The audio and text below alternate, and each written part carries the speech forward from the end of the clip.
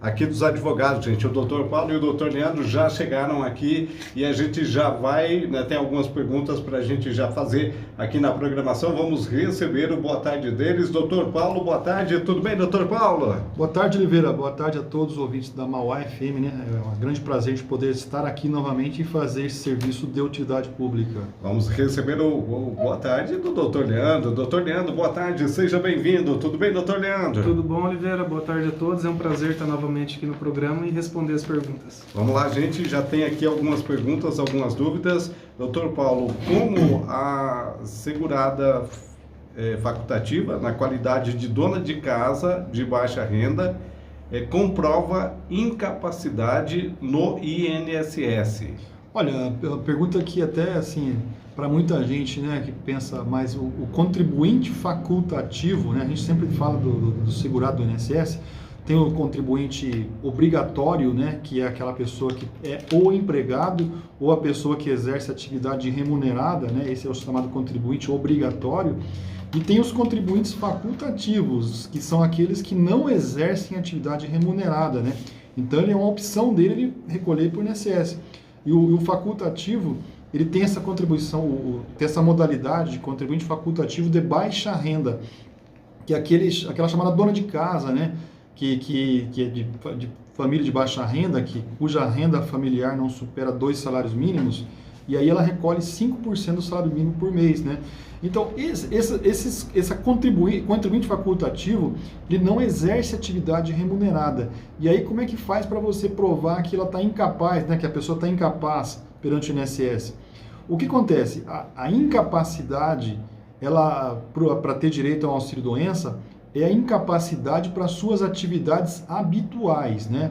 Então, quem é contribuinte facultativo, ele pode ser que até que nem exerça atividades, Oliveira, mas em se tratando de dona de casa de baixa renda, o que se presume?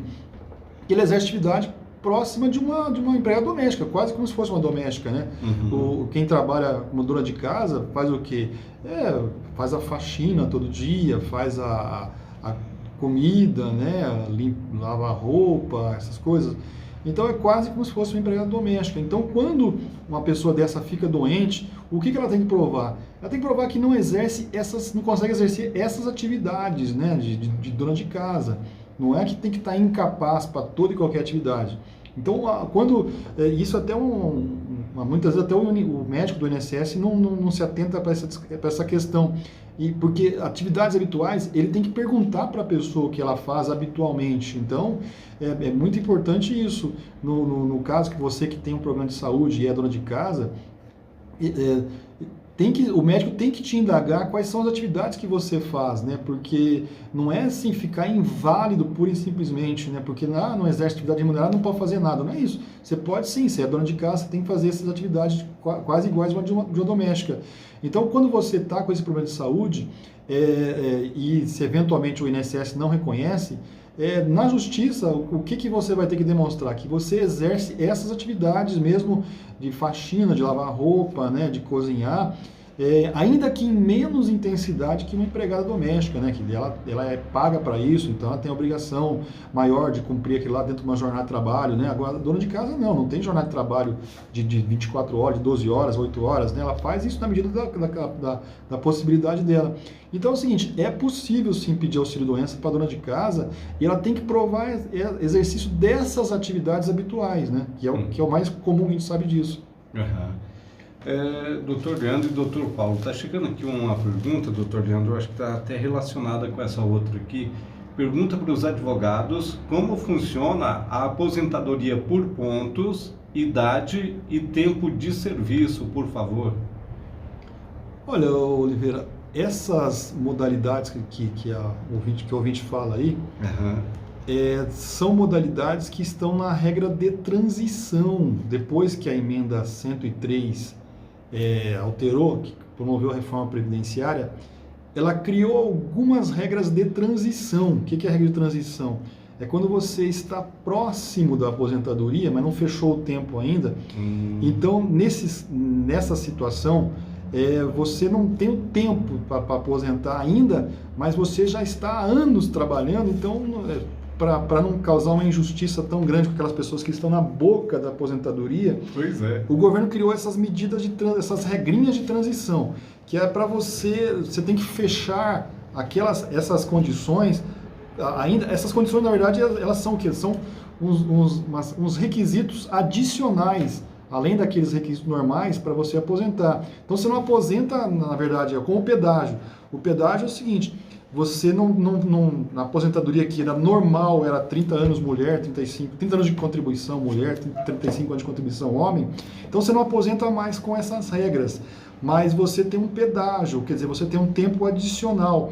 A mesma coisa essa regra por pontos. Essa regra por pontos, ela está em vigor, já entrou em vigor, e ela vale para aquelas condições de professor, de aposentadoria comum, que você não tem necessariamente que se sujeitar à regra nova de 65 anos de idade homem ou 60 mulher, mas você tem que fechar uns pontos que vão aumentando todo ano, vai aumentando 1 ponto por ano, até você fechar o necessário para essa aposentadoria, sem precisar se sujeitar à regra nova, né? Então são regras de transição que o governo criou para aquelas pessoas que estão próximas da aposentadoria. É isso que essa regra por pontos. Tem a regra de pontos, tem a regra do pedágio, são todas regras de transição, né? Uhum. E dependendo da modalidade, se é aposentadoria do professor, tem uma regra de pontos, e tem a regra do comum também, que é a regra de pontos, né? Do professor são 5 pontos a menos, né? O pontos é que é a soma de idade com o tempo de contribuição. Tem que dar determinado número de pontos. Então, e tem que ter uma idade mínima, né? Não é pura e simplesmente fechar o ponto, né? Por exemplo, a mulher é 86 pontos. Não quer dizer, por exemplo, que a mulher tenha lá 60 anos de idade e 26 de contribuição, que tem 86 pontos. Ela não vai aposentar por causa disso, porque ela tem que ter o tempo de contribuição mínimo, que é 30 anos. Então, essa regra de pontos é outra modalidade de transição. Uhum. Que é mais ou menos essa pergunta, doutor Leandro, está chegando aqui também, né? É verdade que a empresa pode adotar o sistema de registro de ponto por exceção no controle de jornada do empregado? Como é que isso funciona, doutor? Então, Oliveira, eu acho essa pergunta interessante, porque é bem atual, né? Uhum. É uma regra nova, Oliveira, que já existia a possibilidade no acordo com a intervenção do sindicato, né?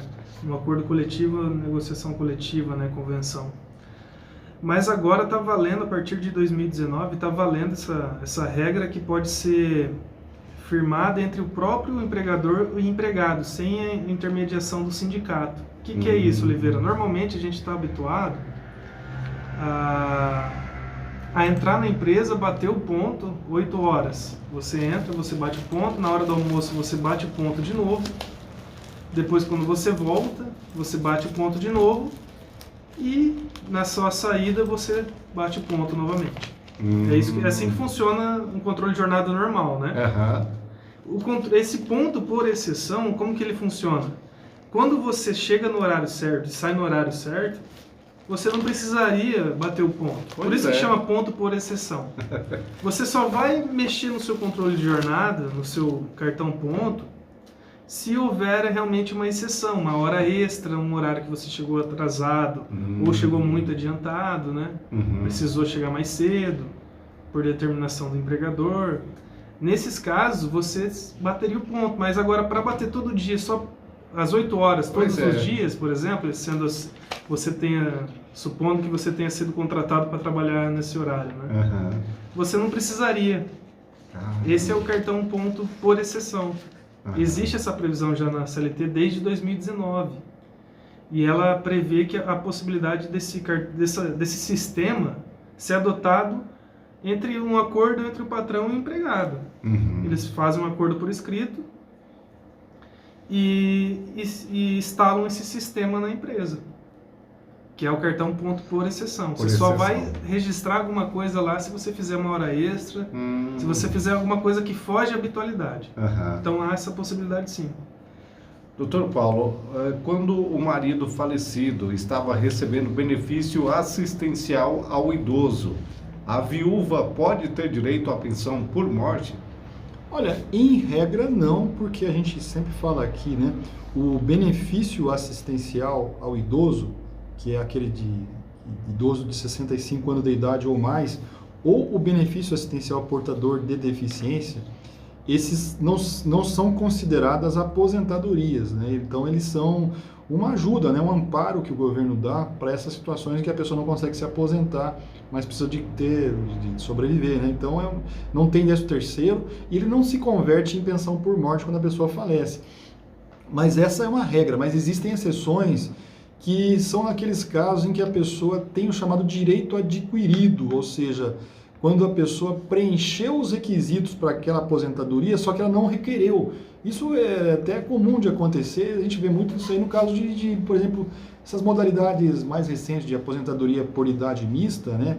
Que é a aposentadoria rural por idade mista, que é quando a pessoa trabalhou rural no passado e completou hoje 60, a mulher 61, né? O homem 65 anos, que é a idade do homem é 65 agora, mas a mulher vai gradativamente aumentando até chegar a 62. Então, nesses casos de aposentadoria rural mista, a pessoa trabalhou no passado e tem tempo urbano, só que o tempo urbano dela não é 15 anos. Então, a pessoa, às vezes, ela desconhecendo o seu direito, ela já vai direto para o benefício assistencial e mesmo ignorando que sabe que ela teria direito a uma aposentadoria rural mista.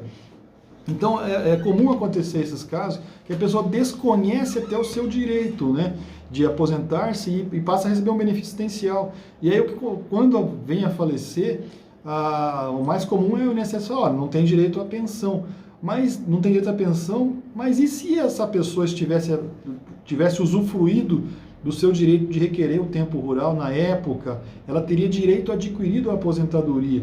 Então isso a gente vê muito nesses casos. Outra coisa comum também é quando a pessoa, por qualquer motivo que seja, ela está doente, mas não pede auxílio-doença, né? Às vezes a pessoa desconhece que ela está no período de graça que pode ser de 12, 24 ou 36 meses, dependendo do tempo que a pessoa ficou sem trabalhar. Então a pessoa às vezes pode ficar 2 anos sem trabalhar e acha que não tem mais direito a ser segurado no INSS, e aí nesse tempo adoece até, e eventualmente vem a falecer. E aí quando falece, porque aí a viúva não tem direito à pensão, por quê? Porque vão falar que ele não era mais segurado. Mas o que acontece? Se a pessoa estivesse recebendo auxílio-doença, ela teria mantido a qualidade de segurado. E ela não requereu auxílio-doença porque ela, às vezes, desconhecia o seu direito, né? Mas uma vez que se demonstrar que na época oportuna ela podia ter requerido auxílio-doença e estaria recebendo, né? Isso você demonstra por meio de exames médicos, né? A prova é indireta. A pessoa teria direito adquirido ao auxílio-doença, e aí se, no caso do falecimento, ela geraria pensão por morte. Então tem situações em que mesmo a pessoa recebendo o benefício assistencial pode sim gerar direito à pensão por morte. Doutor Leandro, é possível o funcionário ter direito a acumular o adicional de periculosidade e insalubridade? Olha, Oliveira, atualmente o entendimento pacífico do Tribunal Superior do Trabalho, que é a última instância da Justiça do Trabalho, né, não admite mais esse acúmulo do adicional de insalubridade com o adicional de periculosidade. E a gente tem que deixar claro para o nosso ouvinte também que esses dois adicionais não se confundem, realmente eles são distintos, né? O adicional de periculosidade, por exemplo, é quando um vigilante trabalha armado, né, com arma de fogo. Ele não, naquele momento que a arma ele tá portando a arma, ele não está tendo danos à sua saúde, mas ele está sujeito a um risco. Ele está protegendo vidas, ele pode sofrer um ataque, né? Tanto é por isso que ele exerce essa profissão, né? Então, ele exerce uma profissão perigosa, não uma profissão insalubre. Então, é diferente. A insalubridade é quando você trabalha já sujeito a agentes nocivos, né? Como um enfermeiro, por exemplo, né? Agentes químicos, biológicos que causam dano à saúde, né? E geram direito a pessoa receber o adicional de insalubridade caso ele supere os limites toleráveis pelas normas regulamentadoras, né? Então, realmente são adicionais distintos e pode surgir o caso de um funcionário trabalhar sobre condições perigosas e condições insalubres.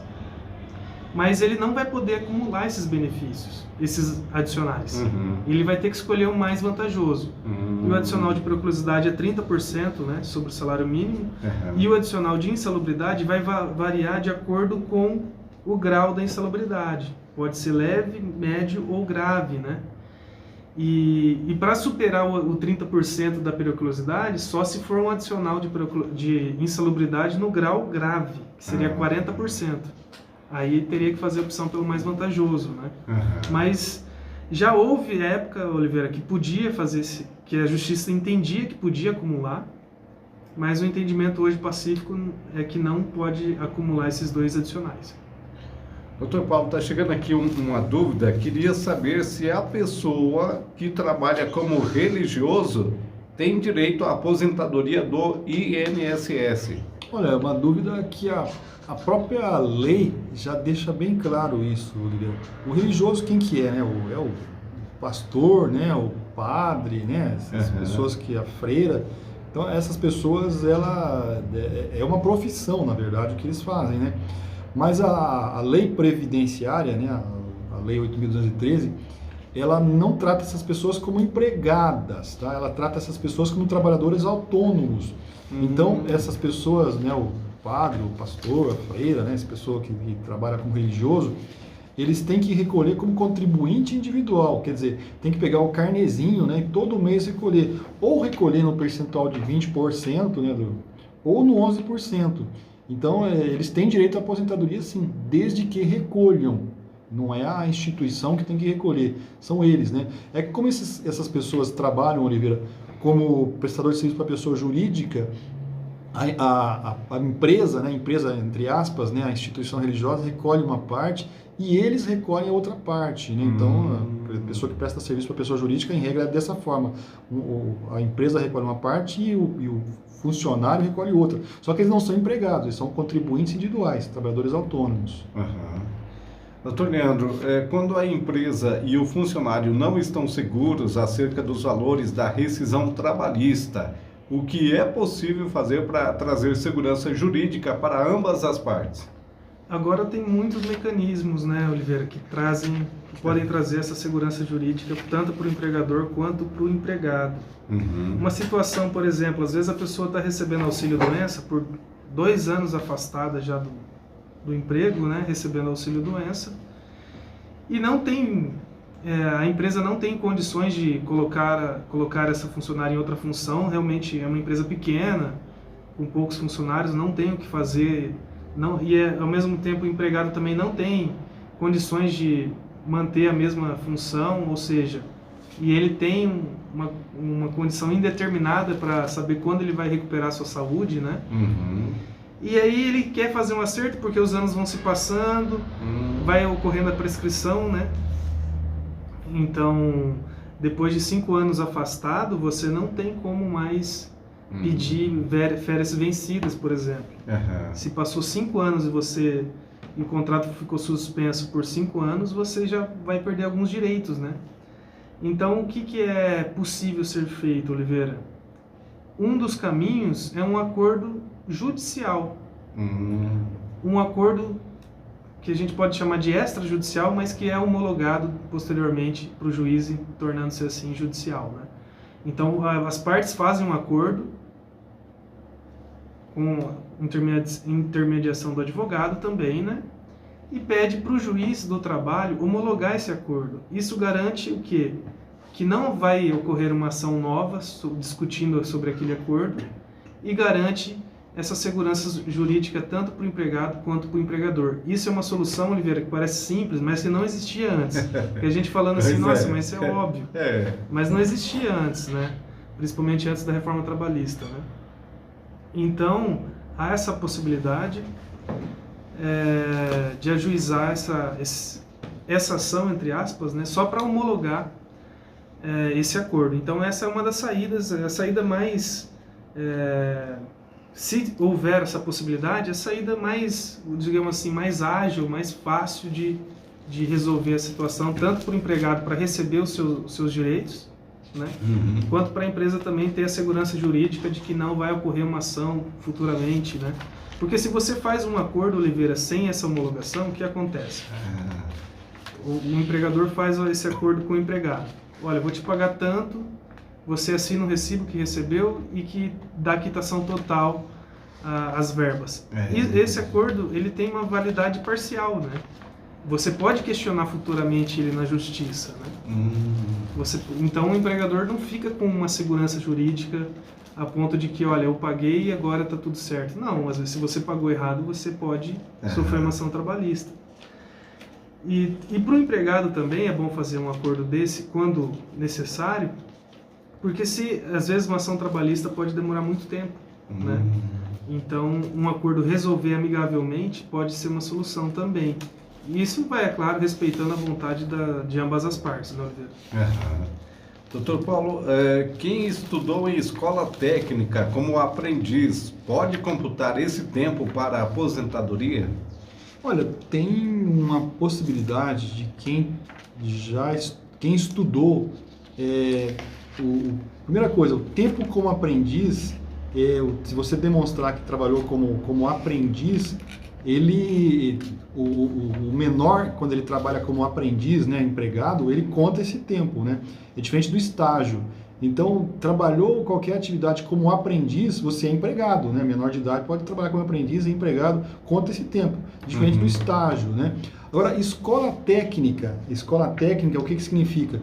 A pessoa entra num colégio, né? Só que aquele colégio, ele te ensina uma profissão. Então, a escola técnica existia. E existia muito para escola técnica agrícola, era comum isso, técnico agrícola, né?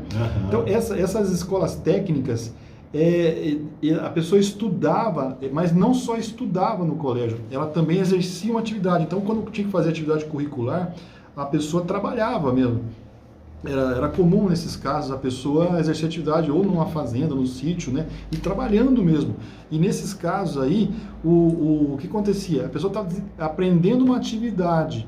E a justiça passou a entender o seguinte: se a pessoa está aprendendo uma atividade, né, e está exercendo uma profissão, naquele caso ali, né, trabalhando, não está só na teoria, mas está trabalhando, né, desenvolvendo uma atividade econômica, a justiça tem admitido que a pessoa, então, que trabalhou, que estudou em escola técnica e trabalhou como aprendiz, é possível ele computar esse tempo, né? Desde que tenha algum tipo de remuneração, ainda que indireta, né?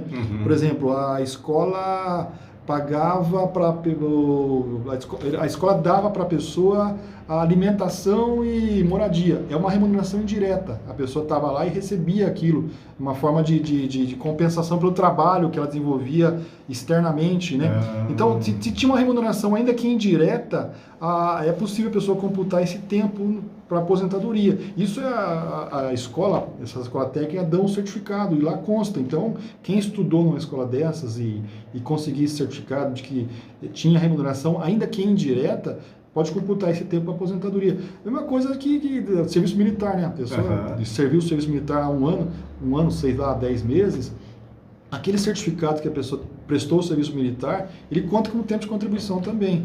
Então, tem coisas que você não precisa ter necessariamente trabalhar como empregado, mas vai valer como tempo para aposentadoria. Está chegando aqui uma pergunta, doutor Leandro. O fato do funcionário ter sido dispensado por justa causa por um ato arbitrário da empresa, isso garante uma indenização a favor do funcionário? Depende, né, Oliveira? Depende. Essa é uma daquelas respostas que a gente não tem o sim ou não de forma fácil, né? Depende da situação. Por quê? Pode ser que aquele ato cometido pela empresa de mandar o funcionário embora por justa causa, dependendo da situação, se for realmente algo muito abusivo da parte da empresa, que trouxe ofensa à dignidade do empregado, trouxe humilhação, né, ofensa à honra, isso sim pode gerar uma indenização a favor do empregado, além da reversão da justa causa, né? Por que o funcionário deve fazer caso ele tome uma justa causa sem a motivação correta, né? Ou seja, ele não merecia justa causa. O que ele deve fazer? Ele deve buscar a reversão dessa justa causa, ou seja, anulação dessa justa causa por uma dispensa sem justa causa. Porque quando você é dispensado por justa causa, você perde alguns direitos. Você não vai receber o seu seguro-desemprego, você não vai sacar o seu FGTS, né? E você não vai receber a multa do FGTS.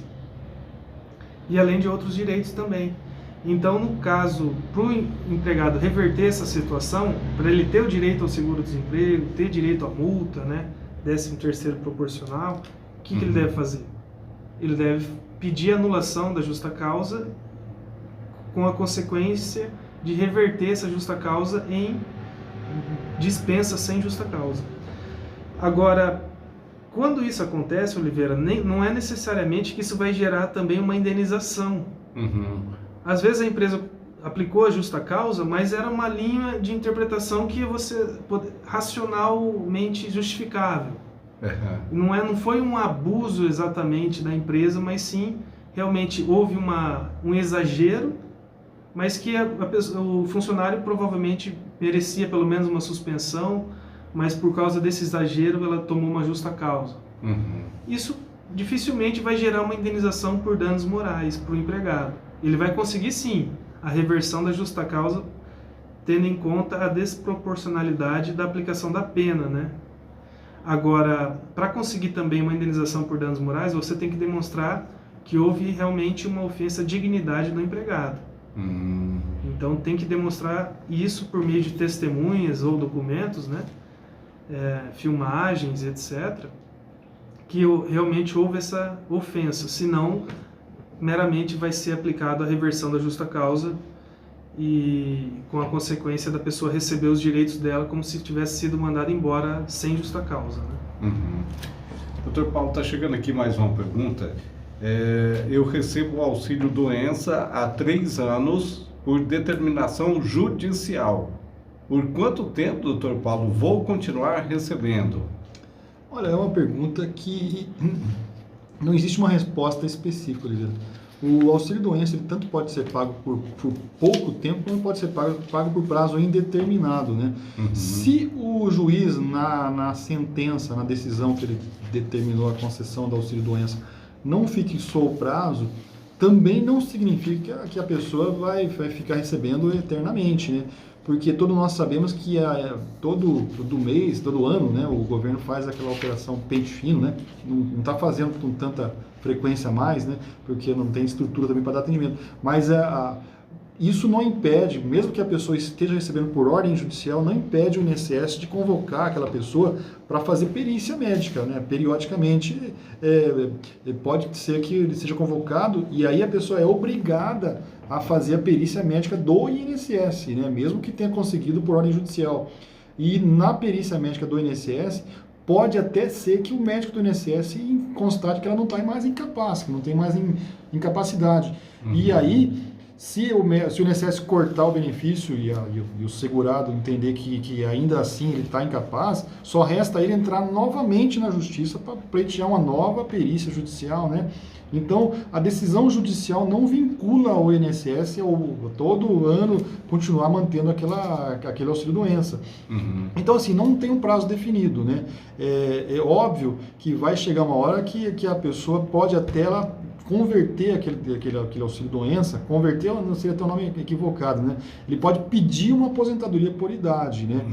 Fechou a idade mínima e já tem o tempo de contribuição, né? 60 anos mulher, 15 anos de contribuição, 15 anos de contribuição, a pessoa mesmo recebendo auxílio-doença, ela pode pedir uma aposentadoria porque é muito mais vantajoso e mais seguro, né? Mas se não tem prazo, nada impede o INSS de convocar aquela pessoa para fazer essas perícias periódicas. Doutor Paulo, está chegando aqui mais uma dúvida. O nosso ouvinte está dizendo o seguinte: a pessoa que teve que trocar de válvula aórtica e é cardiopata, tem direito à aposentadoria? Pois perde as forças, né? As forças acabam. Olha, ter direito à aposentadoria, primeiro passo, a aposentadoria tem que ter 2 requisitos. Uma é a condição de segurado, né? A pessoa que trocou a válvula e tal, de qualquer forma tem que ter a qualidade de segurado. E outra, ela tem que demonstrar perante o INSS que ela está incapaz para atividades habituais, ou então ela está inválida para toda e qualquer atividade, né? Que é o caso de aposentadoria por invalidez. Então, são esses 2 requisitos que a pessoa tem que demonstrar. Se no caso do ouvinte aí, ele é segurado e está numa situação como essa, o que a gente orientaria? A primeira coisa, pegar um atestado médico, né? Pegar um atestado do médico, onde conste o problema de saúde, e a necessidade de ficar afastado por prazo lá, mínimo de 30 dias, né? Ou por prazo indeterminado que seja, mas tem que ter pelo menos prazo superior a 30 dias. E aí, com base nesse atestado e exames médicos, pedir um auxílio-doença, né? Porque não dá para a gente dizer, só porque eu troquei a válvula que eu sou incapaz. Dependendo muito da idade da pessoa, se é uma pessoa de idade não é abaixo dos 40 anos, pode ser que o INSS entenda que seja o caso até de readaptar aquela pessoa numa outra atividade, que seja compatível com aquela limitação. Ou quando a pessoa já tem uma certa idade, não vai conseguir se readaptar, aí pedir uma aposentadoria mesmo, ou auxílio-doença, né? Mas ela tem que estar incapaz, porque o que acontece na válvula, essas válvulas que trocam, né? A pessoa não consegue fazer esforço físico, né? Então, se dependendo da atividade que ela exerça, se é uma atividade que fica sentada o dia inteiro, ela não está incapaz. Então, mas se a pessoa a vida inteira, ou pelo menos nas últimas atividades, ela sempre foi trabalhadora braçal, aí já fica difícil conseguir trabalhar com essa limitação, né?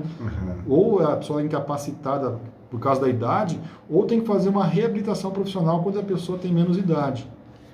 Excelente. 13 horas 14 minutos, tá aí, gente. A participação toda especial, esse serviço de utilidade pública aqui através do rádio com o Dr. Paulo e o Dr. Leandro. Obrigado, Dr. Paulo. A gente que agradece, Oliveira. Sempre um prazer estar aqui, né? E até a próxima semana. Obrigado, Dr. Leandro. Obrigado pelo convite, Oliveira. Até a próxima. Olha, gente, o Dr. Paulo e o Dr. Leandro vão dar um tempinho aqui, tá?